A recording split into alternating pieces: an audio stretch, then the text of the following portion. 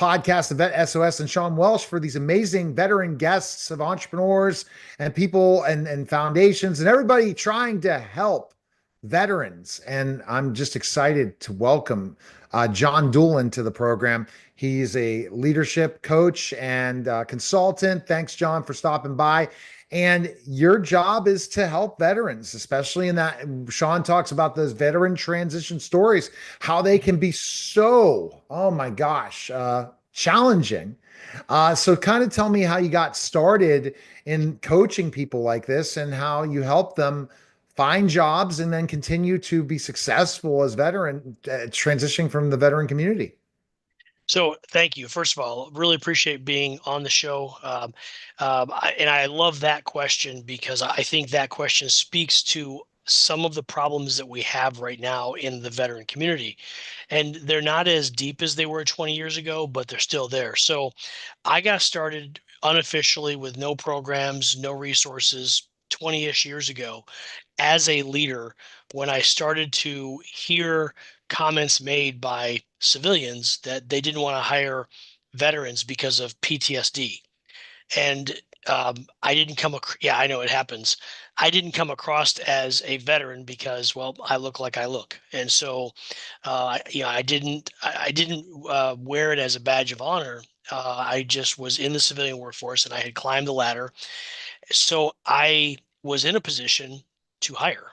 And we weren't in a military community, but um, the CEO of the company was also a veteran. And so I started recruiting like crazy, just trying to, go into Army Reserve units, going to recruiting stations and just say, hey, when your recruitees come home, here's my number, have them call me. And that was just my unofficial way of trying to help them get jobs when they got home.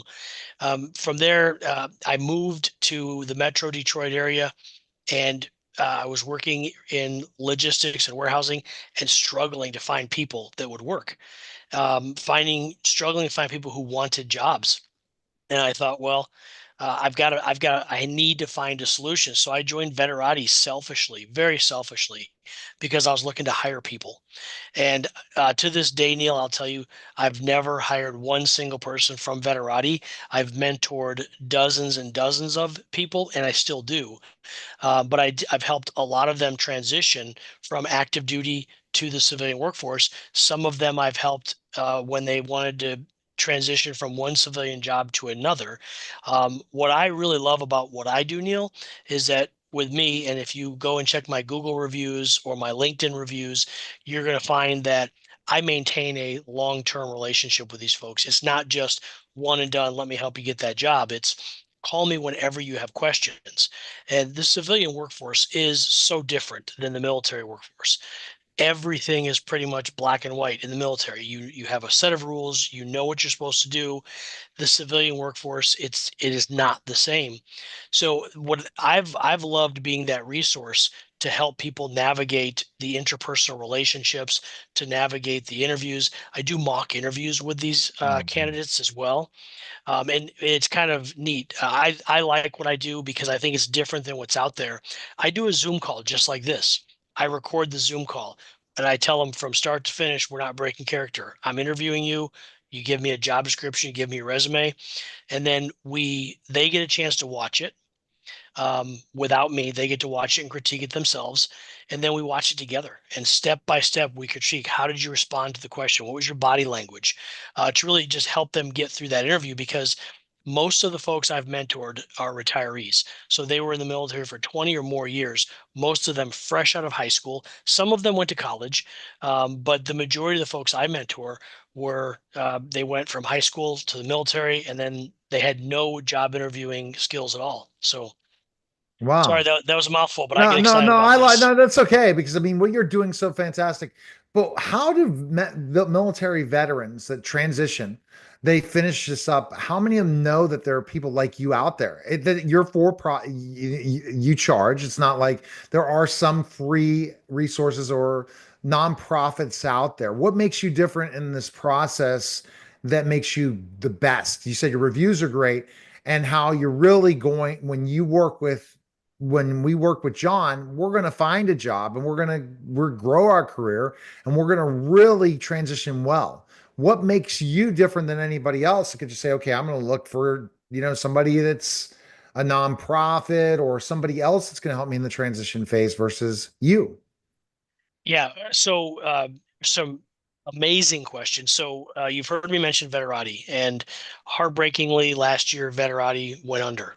Oh my. There, and they had an amazing program. It was a web-based program. I can only imagine it was expensive to maintain. And they never once asked me for a donation or asked me for money, so I don't know how they were maintaining it. But that was the way for veterans to find a mentor from a mass perspective. ACP, American Corporate Partners, is another way they can find people like me. And Neil, I do want to point out, I know you had asked me before we started recording, am I a nonprofit or for profit? So my company, getdoolen.com, is a for-profit company. I do not charge veterans. Oh. This is something I do as a volunteer. Um, and all of my services are free for veterans.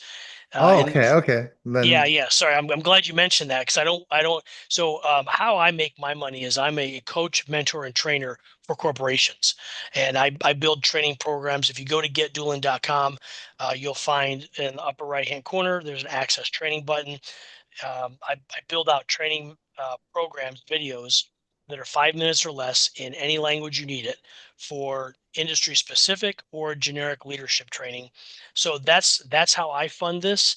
And then everything I do for the veteran community is just pro bono, because in a lot of cases, they don't have a lot of money for this transition. that's what I was thinking. Yeah. Mhm.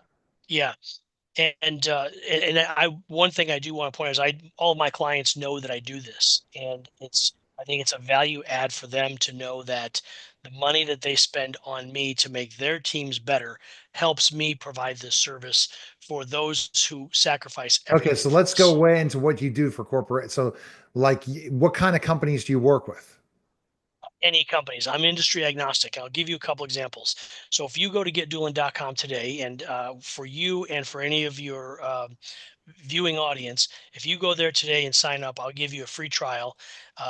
You check out the classes. So we'll start off with some real blue collar stuff. So the guys who bring the appliances and the furniture and the big and bulky stuff to your house, if you shop at Costco or Restoration Hardware, or you name it, any retailer who sells stuff, that stuff has to get to you somehow.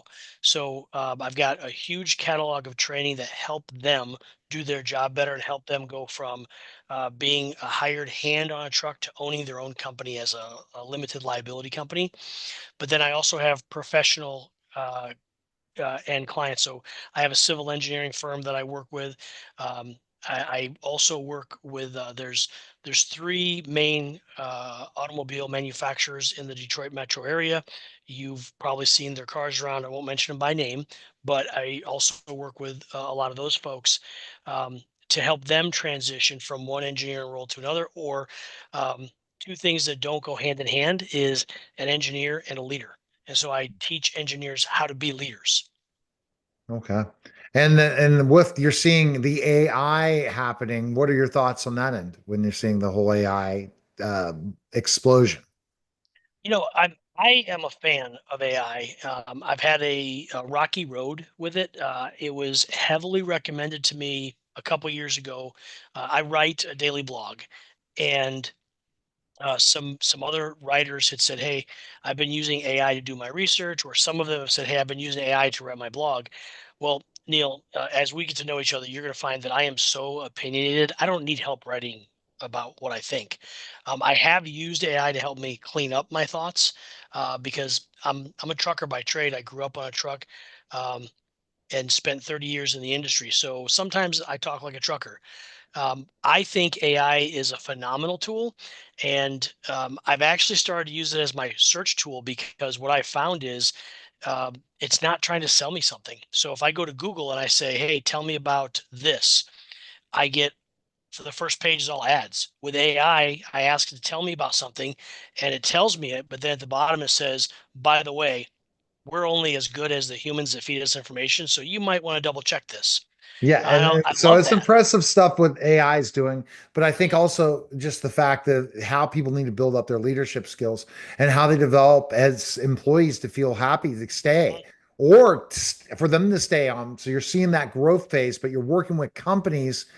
Why do they want to see growth of their employees? Some of them, they want them to stay on, right? They want to see them Yeah, start small. It's almost like the McDonald's story where you work at McDonald's at the beginning, and that's what, the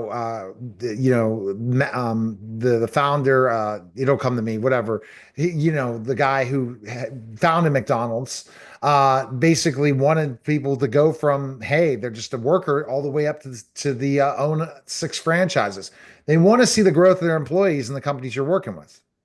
yeah. So there's two schools of thought here. Um, they either want to see the company grow, and there was I worked for the Nebraska Furniture Mart for a good chunk of my career, and there's a guy there named Ron Blumkin, and he was super dedicated to advancing his employees, and we were forced into training classes, and at first you go kicking and screaming until you realize the value of it. You're like, wait a second, they just got me certified in lean or Six Sigma, and I didn't have to pay for it. And they're like, this is a great value. What he would always say was, we like to surround ourselves with smart people, and we can't rely on the outside world, or we can't rely on our employees to have the resources to do it. So we're going to do it. We're going to invest that money in them. And that's the role that I fill with companies. Is I'm a contractor. So they don't have to hire a training team. What they do is they bring me in, and my business partners, I have IT business partners across the spectrum. So I have programmers, I've got folks who dabble in cybersecurity, software experts. Uh, they bring me in, and I bring all these solutions with me to say, here's what I think you need. And then if times get tough, then they cut back how many hours they use me for. They don't have to fire anybody. But based on my training platform, they still get access to the training. It's subscription based, but it's so cheap. Um, so I think that companies are bringing in training and introducing training to their folks for those two reasons: is they want smarter people around them so the business grows, but they want their people to know, we're going to invest in you, stay with us. Yeah, and there's always the fear, Neil. I hear this all the time. Well, what if I train my people and then they leave? Or owners will say, I'm so tired of training people, and then they leave. And I don't know who said it, but it was some famous CEO said, but what if you don't train them and they stay? Yeah. And and so what I hope is that we do it right, so that when you do train them and they do leave, that someday they come back and they at least say, "Thank you, I appreciate what you did for me." All right. Best place to go?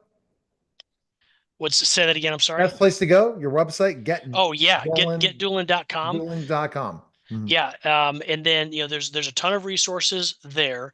LinkedIn is where the majority of my content goes. I do have a daily email blast that goes out. Are you familiar with Substack, Neil? Yes.